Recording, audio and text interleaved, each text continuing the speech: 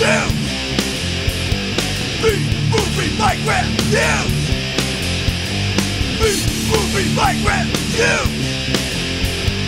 B-Movie Minecraft News!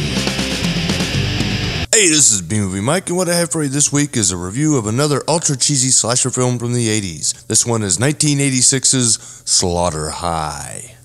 Slaughter High stars Caroline Munro and Gary Martin. Slaughter High starts out with the popular kids at a high school playing a prank on the school nerd. And as always in these films, they take it way too far, resulting in their victims' horrible disfigurement and eventual insanity.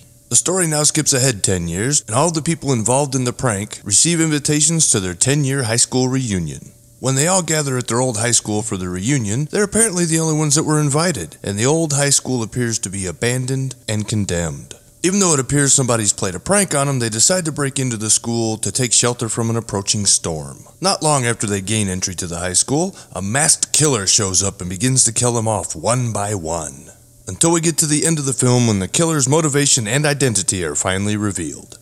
Slaughter High is an ultra-cheesy, semi-serious ripoff of National Lampoon's Class Reunion. This is definitely one of those so bad it's good movies. The directing, the acting, the writing, it's all very amateurish, but it is amusing in its own way. One thing it does have going for it are some pretty cool kills. That's not to say it's a gore fest, but it does have some pretty satisfying kills in it, and a very electrifying sexual encounter. The original title of Slaughter High was to be April Fool's Day, because the film takes place on April Fool's Day. But since there was already a film in production and set for release that same year that already had that name, they decided to change the name to Slaughter High. Most of the music in this film is pretty forgettable, but it does feature a couple of scenes that were scored by Friday the 13th veteran Henry Manfredini, and for me that does add to the entertainment value of this film. So in conclusion, if you're a fan of cheesy 80s slasher films or films that are so bad they're good, I recommend that you check out Slaughter High.